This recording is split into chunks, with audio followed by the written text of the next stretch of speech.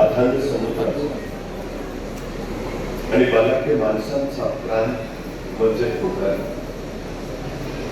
छत्रपती शिवाजी महाराज आपल्या आयुष्यात सगळ्यात जास्त जर कुठं राहिले असतील तर ते कोकण प्रांत. छत्रपती शिवाजी महाराजांच्या आवडीचा प्रांत म्हणजे कोकण. या प्रांताला शिवाजी महाराजांनी नाव दिलं होतं नवनिधी.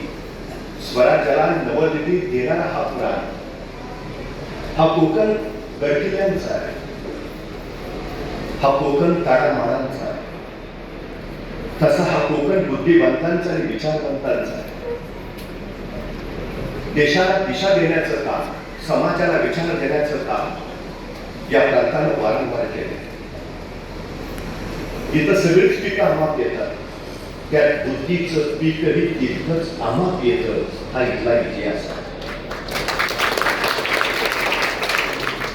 आपण किती उंचीवर पोहोचलो यावर आपलं यश ठरत नाही, त्या उंचीवर आपण किती जणांना घेऊन आलो यावर आपलं यश ठरतं. आपल्या आजूबाजूची सगळी माणसं उंचीवर पोहोचावीत असा ध्यास ज्यांचा श्वास झालाय ते जिजाऊ शिक्षण संस्थेचे सन्मान्य निलेशजी सांबरे गेले काही काळ उद्याच्या पिढीसाठी सातत्यानं काम करतात. आरोग्य क्षेत्रात असेल, शिक्षण क्षेत्रात असेल, इथली मुलं घडावी, इथल्या मुलांनी इतरांची आयुष्य घडवावी या उर्मीनं झपाटल्यासारखं ते काम करतायत. आणि त्याचाच एक भाग म्हणून आजचा हा आयोजित करण्यात आलेला कार्यक्रम. मी निलेशजी सांबरे सर, जिजाऊ शिक्षण संस्था आणि हे सगळं घडावं अशा अतिविच्छेनं उपस्थित असलेले आपण सगळे आपल्या सगळ्यांचं मनपूर्वक स्वागत करतो आणि कौतुक करतो. एक तरुण वैतागून रस्त्याने चालला होता, कंटाळला होता, थकला होता. कुठेतरी थांबावं, शांतपणे विश्रांती घ्यावी असं त्याला वाटलं. आणि तो एका दाट झाडीत शिरला. एक मोठं झाड बघितलं आणि त्याच्या बुंद्याशी तो बसून गेला. वाऱ्याची हळूवार गार झुळूक आली आणि त्याला इतकं छान वाटलं की शांतपणे त्याने डोळे मिटले. थोडा वेळ गेला, त्या शांततेचा तृप्ततेचा अनुभव त्यांनी घेतला आणि त्याच्या मनात विचार आला, पोटात भूक लागली, जर खायला मिळालं असतं इथं तर काय बहार आली असती. त्याच्या मनात विचार आला आणि काय खायला मिळावं हे पदार्थ डोळ्यासमोर तरळले आणि दुसऱ्या क्षणी ते सगळं त्याच्याकडून उपस्थित झालं. विचार करायला वेळ नव्हता, त्यांनी जे समोर होतं ते पटपट खाऊन घेतलं, तृप्ततेचा ढेकर केला, पुन्हा शांतपणे बसला. जेवण उत्तम झालं, पण थोडा त्या जेवणानंतर थंड काही प्यायला मिळालं असताना मजा आली असती. त्याच्या मनात काय प्यायचं याचा विचार आला आणि क्षणात त्याच्या समोर ते हजरही झालं. तो तृप्ततेनं ते थंड प्या. आता त्यांनी शांतपणे डोळे मिटले. जेवण झालं होतं, थंड घेऊन शरीर थंड झालं होतं. वाऱ्याची झुळूक स्वर्गात असल्याचा भास आणून देत होती आणि त्या वातावरणात त्याच्या शांत मनात विचार आला, सगळं उत्तम झालंय, नशिबानं इथं आलं. आणि त्यांनी डोळे उघडले, वर ते प्रचंड मोठं झाड दिसलं आणि मनात विचार आला, या झाडावर भूत असती तर. दुसऱ्या क्षणी त्याला झाडावर भूत नसताना दिसली आणि त्याच्या मनात विचार आला, आता ही भूत मला त्रास देणार. आणि क्षणात ही भूत खाली उतरली, त्याला त्रास द्यायला सुरुवात केली. आता ही भूत मला मारून टाकणार. आणि तिसऱ्या क्षणी त्या भूताने त्याला मारूनही टाकलं. तो ज्या वृक्षाखाली बसला होता तो कल्पवृक्ष होता. तिथं तुम्ही जी इच्छा व्यक्त कराल ती पूर्ण होते. खरं तर या जगात, सृष्टीत, वास्तवात कुठं कल्पवृक्ष आहे की नाही मला माहिती नाही, पण प्रत्येक माणसाचं मन हे त्याच्यासाठी कल्पवृक्षासारखंच काम करतं. ज्या मनात तुम्ही जी इच्छा व्यक्त कराल ती इच्छा पूर्णत्वाला जाते. या जगामध्ये तुमचा पराभव करायचं सामर्थ्य दुसरा कुणाचंही नाही, ते फक्त तुमच्या विचारात आहे. या जगात दुसरा कुणी तुम्हाला बंधनं घालू शकत नाही, तुम्हाला बंधनं फक्त तुम्ही घालू शकता. या जगामध्ये दुसरा कुणी तुम्हाला मर्यादा घालू शकत नाही, तुम्हाला मर्यादा फक्त तुम्ही घालू शकता. या जगात दुसरा कुणी तुम्हाला विजयी करू शकत नाही, तुम्हाला विजयी फक्त तुम्ही आणि तुम्हीच करू शकता. तुमचं मन हे जगातलं सगळ्यात सामर्थ्यशाली शस्त्र आहे. सगळ्यात एका कैद्याला न्यायमूर्तीने मृत्यूदंडाची शिक्षा दिली. तत्कालीन काळात मृत्यूदंड देणं म्हणजे फासावर चढवणं. पण काही शास्त्रज्ञांना प्रयोग करायचे होते.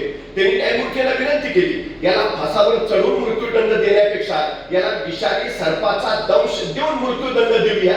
न्यायमूर्ती म्हणले ठीक आहे. आणि त्याच दिवशी त्या कैद्याला सांगितलं, परवा सकाळी 11 वाजता तुला विषारी सर्पाचा दंश होईल आणि तू मरशील.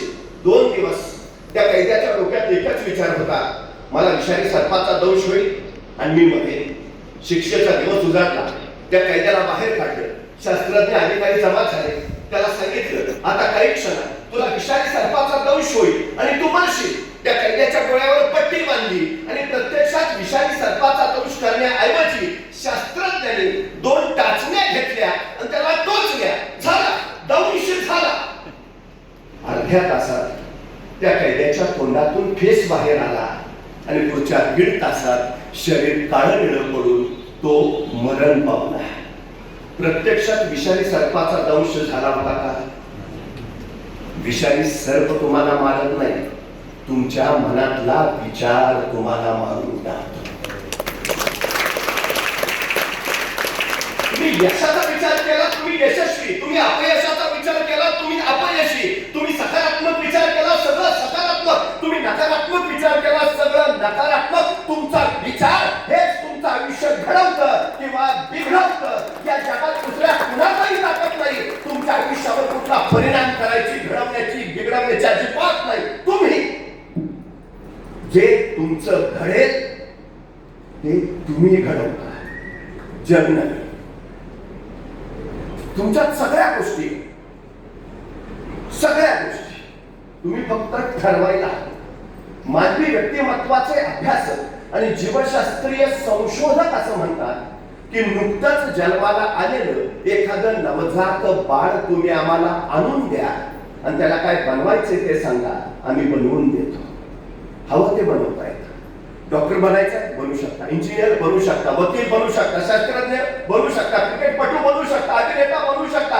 जे हवं ते. तुम्ही कुठे जन्माला आला, कुणाच्या पोटी जन्माला आला, कोणत्या परिस्थितीत जन्माला आला, काही फरक पडत नाही. तुम्हाला व्हायचंय ना, बस तुम्ही ठरवा आणि कामाला लागा. संपला विषय. शास्त्रज्ञ म्हणतात तुम्ही फक्त आम्हाला नवजात बाळ द्या. ओल्या मातीच्या गोळ्याला हवा कसा आकार देता येत असेल तर जिवंत हाडामांसाच्या गोळ्याला सुद्धा हवा तसा आकार देता येतो. फक्त माती ओली हवी आणि वय संस्कार क्षम हवा.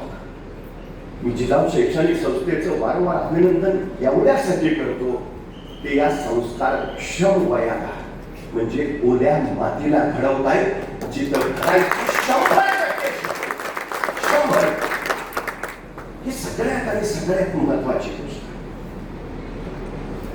फक्त एक गोष्ट गरजेची, जितक्या लवकर तितक्या लवकर ध्येय ठरवा. 12 वर्षाचे होते शिवराज. शहाजीराजांनी वासा जिजाऊनी ठरवलं. थोरले पुत्र संभाजीराजे शहाजीराजांबरोबर कर्नाटकात राहतील, ते कर्नाटकात राज्य उभा करतील आणि धाकटे शिवराजे मासा जिजाऊंच्या सोबत पुण्यास येतील आणि ते महाराष्ट्रात स्वराज्य उभा करतील. वय किती आहे? 12 वर्ष. ध्येय ठरलंय. मासाहेबांबरोबर शिवराजे पुण्याकडे निघाले. जाते वेळी एका पित्यानं आपल्या या पुत्राला काय द्यावं? आमचा मुलगा जर कुठे निघाला तर आम्ही काय देतो? डबा, वेळेवर खा. फारच काळजी असेल तर आई म्हणते बसमध्ये बसताना मधल्या सीटवर बस. बाळ म्हणतं का? नाही, पुढनं कुणी ठोकलं तरी तू सुरक्षित, मागलं कुणी धडकलं तरी तू सुरक्षित. बाळा तू जगला पाहिजे. मग शहाजीराजांनी जाते वेळी काय दिलं आपल्या पुत्राला? स्वप्न दिलं, ध्येय दिलं, महत्वाकांक्षा दिली.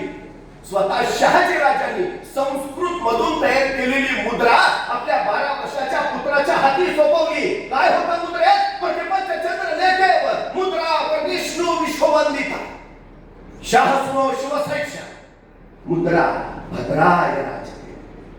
एक पिता आपल्या पुत्राला काय सांगतो आहे? प्रतिपंचचंद्र लेखेवर विष्णू विश्ववंदिता. प्रतिपदेच्या चंद्राच्या कलेप्रमाणे तुमची मुद्रा वाढत वाढत राहील आणि एक दिवस ती विश्वाला वंदनीय होईल. पुत्र कुठं आहे? अजून बेंगलोरातच आहे. पुण्याला जायचंय. स्वराज्याला सुरुवात व्हायची आहे. त्याच्या आधीच पिता सांगताय, आम्हाला खात्री आहे तुम्ही राज्य उभा करालच. शहाजीराजे असं नाही म्हटले, तुम्हाला जमेल का?